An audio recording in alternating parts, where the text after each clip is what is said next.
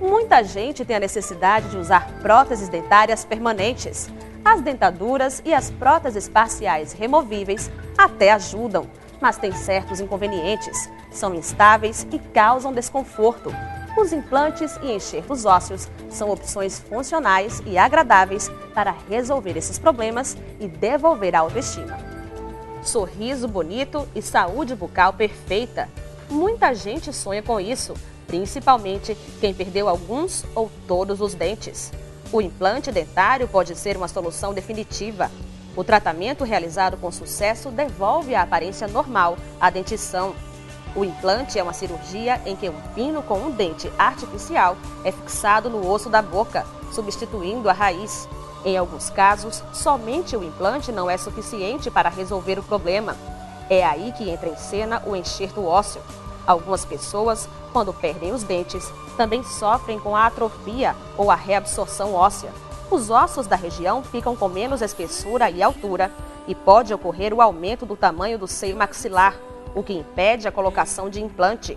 Nesses casos, o enxerto ósseo serve para permitir a realização do implante, devolvendo o volume perdido ao osso atrofiado. Mas como é isso? É uma equipe multidisciplinar, né? A gente faz anestesia geral, né? Leva o paciente para o hospital, faz anestesia geral e com o neurocirurgião a gente faz a abertura, retira a quantidade de osso necessária e faz a fixação dos blocos de osso. O enxerto ósseo, assim, ele tem vários tipos, né? Você tem o enxerto autógeno, que é tirado do próprio paciente, né? Tem o enxerto que a gente fala que é o halógeno, que é tirado é como se fosse banco de ossos, né? É do indivíduo de mesma espécie, mas usa-se muito hoje o banco de ossos. E tem os aloplásticos, que são hidroxiapatita, são materiais mais, vamos dizer assim, não são materiais biológicos. E tem os xenoenxertos, né, que são de origem bovina, e tem os mistos. Mas a área doadora depende muito de quanto o paciente perdeu de osso. Então, se ele perdeu, no caso, um dente só, perdeu o osso relacionado com um dente, então a gente faz uma área doadora, por exemplo, do mento, né, que é o queixo, ou então do ramo da mandíbula. Então você tem essas possibilidades. Quando é uma reconstrução maxilar ou mandibular total, a gente tem que lançar a mão, no caso do enxerto autógeno, de um enxerto de calota craniana. Quando se fala em implante, logo vem à mente a temida questão da rejeição.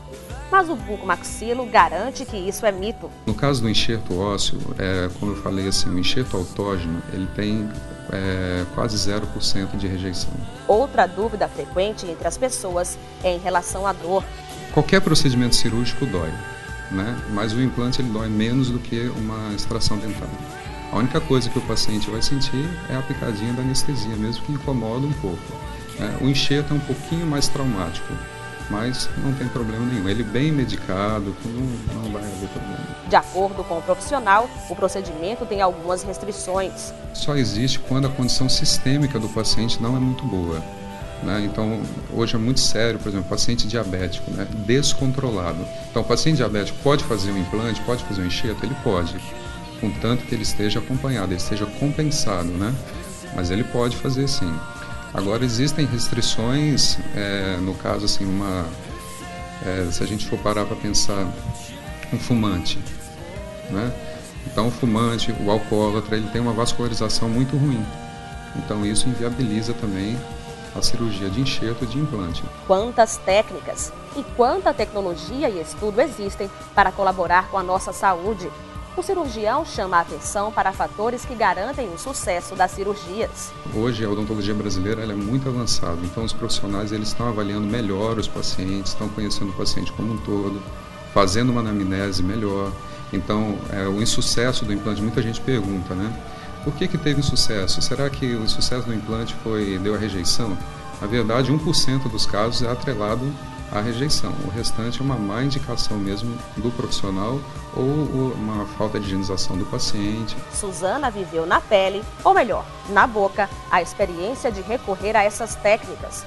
Tive uma reabilitação total de todos os meus dentes num período curto, sem dor, sem muita agonia, porque realmente é o medo que faz a gente correr de um certo tratamento. Este é o antes e o depois de Suzana. Agora ela diz que sorrir já não é mais problema, e sim motivo de prazer e de muita autoestima. Felicidade total.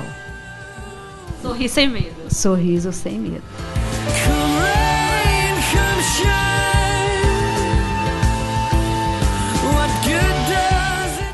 Nada como recuperar o sorriso de uma forma segura e eficiente.